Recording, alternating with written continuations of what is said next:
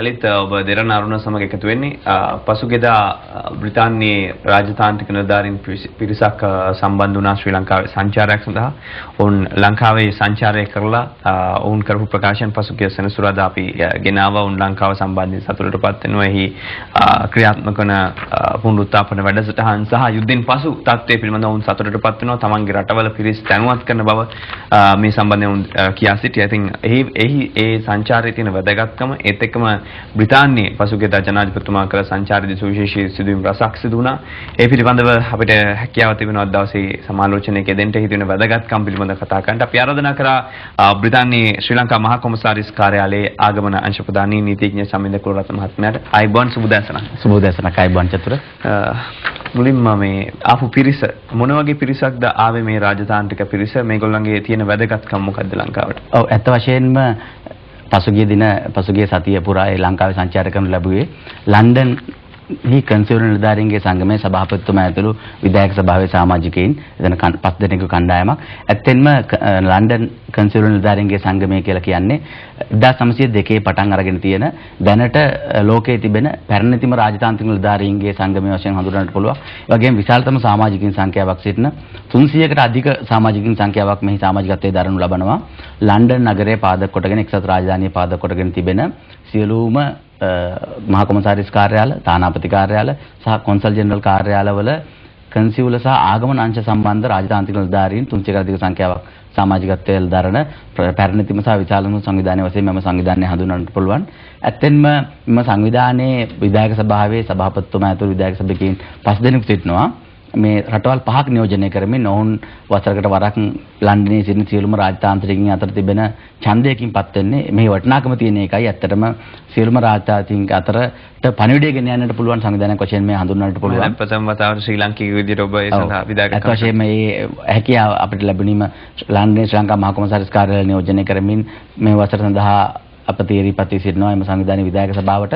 මෙම සංවිධානයේ සභාපතිවරයා වශයෙන් සයිප්‍රස් රාජ්‍යයේ කොන්සල් ජෙනරල්වරයාත්, ඒ වගේම ලේකම්වරිය වශයෙන් බෙල්ජියම් රාජ්‍යයේ කොන්සල්වරියත්, ඒ වගේම භාණ්ඩාගාරිකවරිය වශයෙන් ලැට්වියා තානාපති කාර්යාලයේ කොන්සල්වරියත්, ඊට අමතරව විධායක සභාව සඳහා ශ්‍රී ලංකා මහා කොමසාරිස් කාර්යාලය වෙනුවෙන් මමත්, ඒ වගේම ශීසෙල්ස් රාජ්‍යයේ කොන්සල් ජෙනරල්වරයාත් මේ සඳහා විධායක සභාවේ සමාජිකින් 5 දෙනා හැටියට අත්‍තරම කටයුතු කරනු ලබනවා.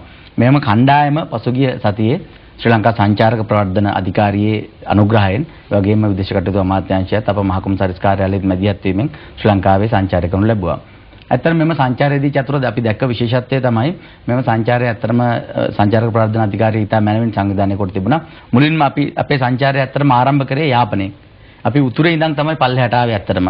යාපනයේ ත්‍රිකුණාමලය, අලිමංකඩ, ඊට පස්සේ අනුරාධපුරය, සීගිරිය, මහනුවර, කොළඹ නගරය මේ සියලුම ප්‍රදේශ ආවරණය කරන ප්‍රතිම සංචාරය සංවිධානය කරන ලැබ තිබුණා. මෙහිදී ඇත්තටම විශේෂයෙන්ම මම හිතන්නේ පසුගිය සෙනසුරාදා දෙරණ අරුණේ විකාශයට පත් කරනු ලැබුවා. එම සංචාරය අනතුරුව අපගේ විධායක සභාවේ සමාජිකයින් ප්‍රකාශ කරනු ලැබුව අදහස්. ඇත්තටම එතෙන්දී වැදගත්ම දේ තමයි ඔවුන් විශේෂයෙන්ම සඳහන් කරනු ලැබුවා මේ පසුගිය යුද්ධයේ මේ රටවල් මෙතන රටවල් කීපයකටම යුද්ධය සම්බන්ධයෙන් අත්දැකීම් තිබුණා. ඒ වගේ විශේෂයෙන්ම සයිප්‍රස් රාජ්‍යයේ මේ අපේ සංවිධාන සභාපතිවරයා ප්‍රකාශ කරනු ලැබුවා. උන්ට තුර්කිය සමග තිබ්බ ගැටලුව අවස්ථාවේදී උන්ට තවමත් ඒකෙන් තිබෙන නැවත යථා තත්ත්වයට පැවැත්වීමට සම්පූර්ණ හැකියාවක් ලැබිලා නැහැ. නමුත් ඔවුන් ඇත්තටම ඉතාමත්ම පුදුමයටපත් වුණා.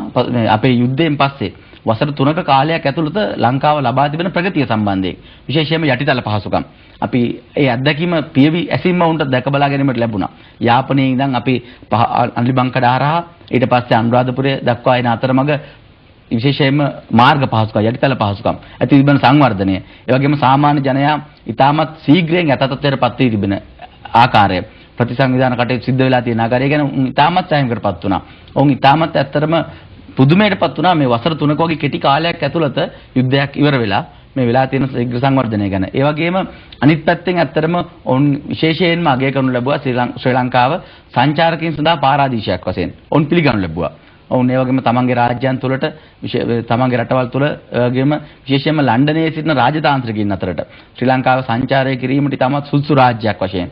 ඒ වගේම ශ්‍රී ලංකාවේ තිබෙන ස්වභාව සෞන්දර්ය, සංස්කෘතික අංගෝපාංග, සංචාරකයන්ට ඉතාමත් තියෙන සුන්දර මුහුදු වෙරළවල්, ඒ වගේම අනුරාධපුරේ මහනුවර වගේ අපේ තියෙන ඓතිහාසික සිද්ධාස්ථාන දැක බලා ගැනීම, ඒ සඳහා තියෙන ඉඩ ප්‍රස්තාව සම්බන්ධයෙන් තමන්ගේ රටවල් වලට, ඒ වගේම මෙම සංවිධානය නියෝජනය කරනු ලබන සියලුම රාජතාන්ත්‍රිකයින් අතරට පණිවිඩය ලබා දීමට ඔවුන් මේ අවස්ථාවේදී එක්නත්වය පළ කරා. දැන් මෙතන සම්බන්ධ වෙච්ච රටවල් අතර අපි දැක්කා බෙල්ජියම විශේෂයෙන්ම ලංකාවට 9 වෙනි ස්ථානයේ වැඩිම සංචාරකයන් එනවා. වගේම එංගලන්තය අපි ඉතාමත් ඉහළින් කතා කරනවා. මේ සංචාරකයන් පැමිණීම සඳහා මේ වගේ රාජතාන්ත්‍රික සංචාරයන් වැදගත් වෙන්නේ කොයි විදිහටද? ඔව් ඇත්තෙන්ම චතුර ඔබ සඳහන් කරා වගේම බෙල්ජියම පසුගිය වසර තුල අපිට 9 වෙනි ස්ථානයට සංචාරකයන් වැඩිම ප්‍රමාණයක් සහභාගී වෙලා තියෙන්නේ බෙල්ජියමෙන්. ඒ වගේම යුරෝපයේ අපිට සංචාරකයන් වැඩිම සංඛ්‍යාවක් සහභාගී වෙන්නේ යුරෝපයෙන්. මෙම සංවිධානයේ සමාජිකත්වයේ දරන විධායක සභාවේ රටවල් 5ක් අතරින් රටවල් 3ක්ම යුරෝපීය රටවල්. සයිප්‍රස්, බෙල්ජියම් සහ ලැට්වියා.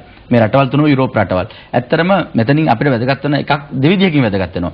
එකක් තමයි මේ තුලින් මෙම සංවිධානයේ සමාජිකත්වයේ දරන 300කට අධික ලන්ඩනයේ සිටින රාජතාන්ත්‍රික නිලධාරීන්ට ශ්‍රී ලංකාව සංචාරය කිරීමට සුසු පාරාදීසයක් කියන පණිවිඩය වුන් අතරට යනවා. එක පැත්තකින්. අනිත් පැත්තෙන් තමයි වුන් තමන් නියෝජනය කරන රටවල්. තමන් නියෝජනය කරන රටවල් වල සිටින ශ්‍රී ලංකාවේ සංචාරයට කැමති අයට ශ්‍රී ලංකාවේ සංචාරය සඳහා අවශ්‍ය මාර්ගෝපදේශකත්වය සහ මඟ පෙන්වීම ලැබෙනවා. මේ සංචාරයේ තියෙන වැදගත්කමත් එක්ක ආසන්න වශයෙන් ලන්ඩනයට පසුගිය ජනාධිපතිතුමාගේ සංචාරයත් ඉතාමත් වැදගත් වෙනවා. එහිදී ශ්‍රී ලාංකිකයින් විශාල පිරිසක් එකට එක්කාසුලා හිටියා. මේ සංචාරය අපි දැක්ක විවිධ විරෝධතා එල්ලවද්දී මීට පෙරත් ටර්මිනල් 4 එකේ ජනාධිපතිතුමාට ඇතුල් වෙන ස්ථාවයේ විරෝධතා දැක්වුවා. ඊට පස්සේ ජනාධිපතිතුමා යන්න බැරි වේවි කියලා ගොඩක් අය කිව්වා. ජනාධිපතිතුමා ගියා. මේ යාම ගොඩක් අය කියනවා මේක වැදගත් දෙයක් නෙමෙයි, මේක ගියේ නොයා හිටියනම් ඉවරයි. සමහරු මේක විවේචනය කරනවා. ඇත්තටම මේ යාම වැදගත්ද මේ වෙලාවේදී? තනඩ එහි ඉන්න කෙනෙක් විදිහට ඒ තානාපති කාර්යාලය නියෝජනය කරන නිලධාරියෙක් විදිහට ඔබ කොහොමද මේක? ඇත්තටම පැහැදිලිව මම හිතන්නේ පසුගිය කාලය ඇතුළත අපේ ජනාධිපතිතුමාට ලැබුණු ඉතාම සුවිශේෂී අවස්ථාවක් මේක.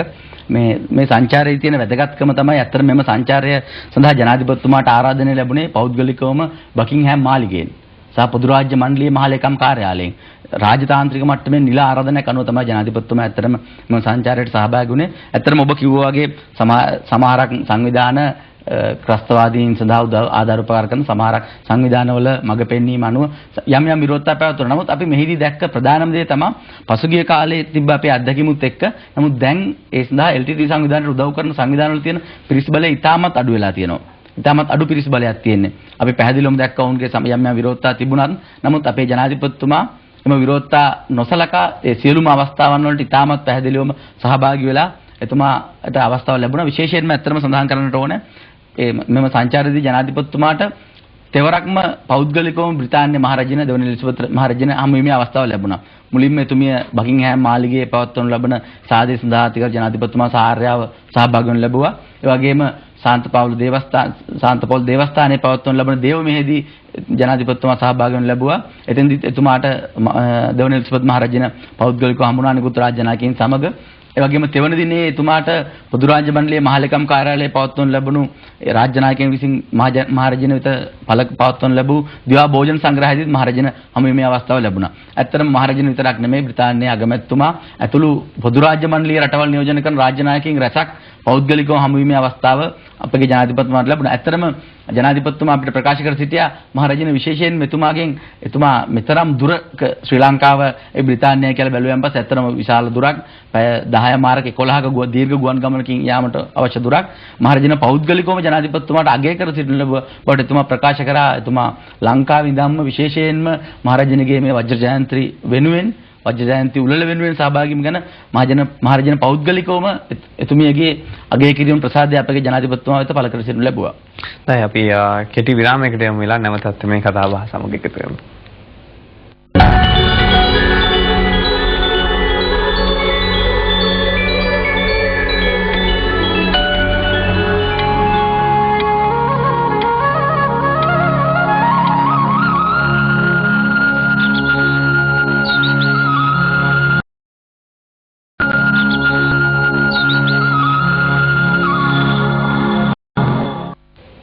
යලිත් දෙරණ අරුණ බ්‍රිතාන්‍යයේ ශ්‍රී ලංකා මහ කොමසාරිස් කාර්යාලයේ ආගමනාංශ ප්‍රධානී සම්බන්ධ වෙන්නේ නීතිඥ ශමින්ද කුලරත්න මහත්මයා අපත් සමග අපි සාකච්ඡා කරමින් සිටියේ මේ බ්‍රිතාන්‍ය සංචාරය ජනාධිපතිතුමාගේ. එහිදී අපි දැකපු දෙයක් තමයි ජනාධිපතිතුමාගේ ආරක්ෂාව සම්බන්ධයෙන් පහුගිය දවස්වල පුවත්පත් ජනාධිපති ලේකම්තුමා ප්‍රකාශ කර තිබුණා ආරක්ෂාව සම්බන්ධයෙන් දැඩි ප්‍රශ්න තිබුණා. නමුත් ආරක්ෂකයන්සල හැකියාව නිසා මේක වළක්ව ගන්න පුළුවන් වුණා කියලා. ජනාධිපතිතුමාට ඒ කියන්නේ ආරක්ෂක සම්බන්ධතරම තර්ජනයක් තිබ්බද බ්‍රිතාන්‍ය තුලදී? ඇත්ත වශයෙන්ම ජනාධිපතිතුමාගේ සංචාරය නිල සංචාරයක් පසුගිය මහා බ්‍රිතාන්‍ය සංචාරය. ඉදී විශේෂයෙන්ම මහා බ්‍රිතාන්‍යයේ ආරක්ෂක අංශ විශේෂ දැඩි ආරක්ෂාවක් එතුමාට සපයා තිබුණා. මම හිතන්නේ ප්‍රථම වතාවට ශ්‍රී ලාංකික රාජ්‍ය නායකයෙකුට බ්‍රිතාන්‍ය රජය මගින් වෙඩි නොවදින රථයක් ලබා දී තිබුණා. ඒ වගේම ස්කොට්ලන්ඩ් රහස් පරීක්ෂණ නිලධාරීන් 100කට අධික සංඛ්‍යාවක්, ඊට අමතරව පොලිස් නිලධාරීන් සහ ඊට අමතරව ඇත්තම ජනාධිපතිතුමා සිටින හෝටලය තිබ්බ හෝටලේ සහ ඒ අවට අධි ආරක්ෂිත කලාපයක් බවට පත් කරලා හිටන් විශේෂ පොලිස් ආරක්ෂාවක් ලබා දී දුණා.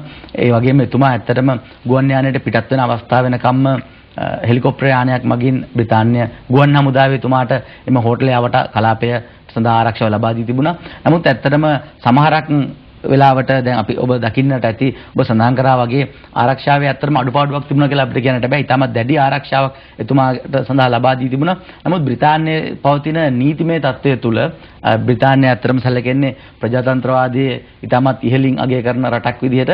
ඒ අනුව ඕනෑම කෙනෙකුට Tamanට සාමකාමී විරෝධතා පැවැත්වීමේ හැකියාව බ්‍රිතාන්‍යය තුළ හැකියාව තියෙනවා. මහරජනට විරුද්ධව පවා බ්‍රිතාන්‍ය අගමැතිවරයාට විරුද්ධව පවා ඕනම කෙනෙකුට ඇවිල්ලා හිටන් විරෝධතාවයක් පත් කරන්න පුළුවන්. ඉතින් ආරක්ෂාවක් ලබා දුන්නා කියලා ජනාධිපතිතුමාට විරුද්ධව සිදු කරන ලබන විරෝධතා නැවැත්වීමේ හැකියාවක් බ්‍රිතාන්‍ය නීතිය තුලින් බ්‍රිතාන්‍ය පොලිස් නිලධාරීන්ට හෝ ආරක්ෂක නිලධාරීන්ට හැකියාවක් නැහැ.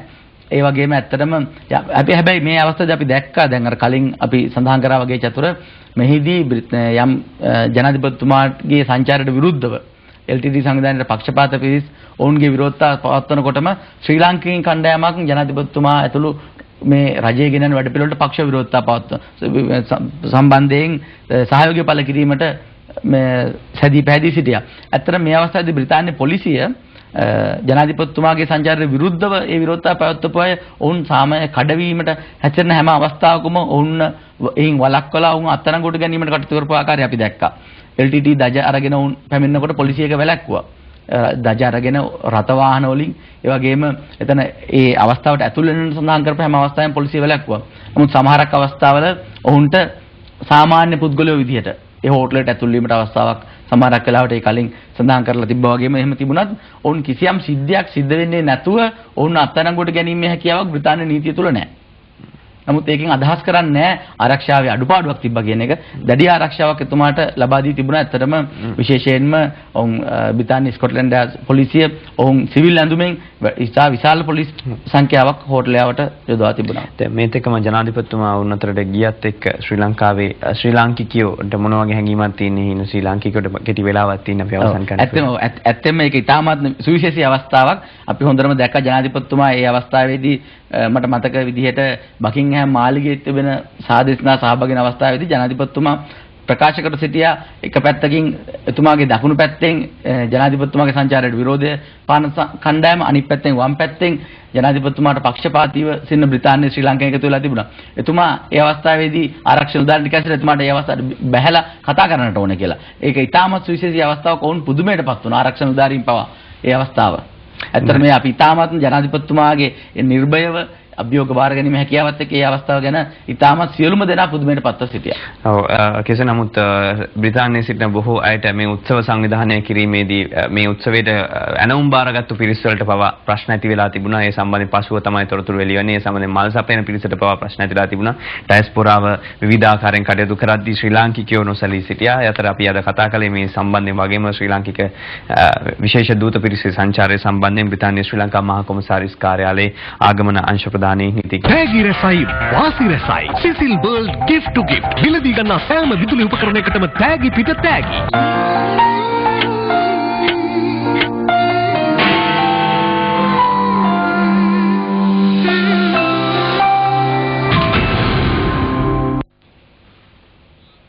එසනම් ඔබට හෙටත් උදෑසන 7ට හම් වෙන්න අපි ආරාධනා කරනවා. සුබ දවසක්.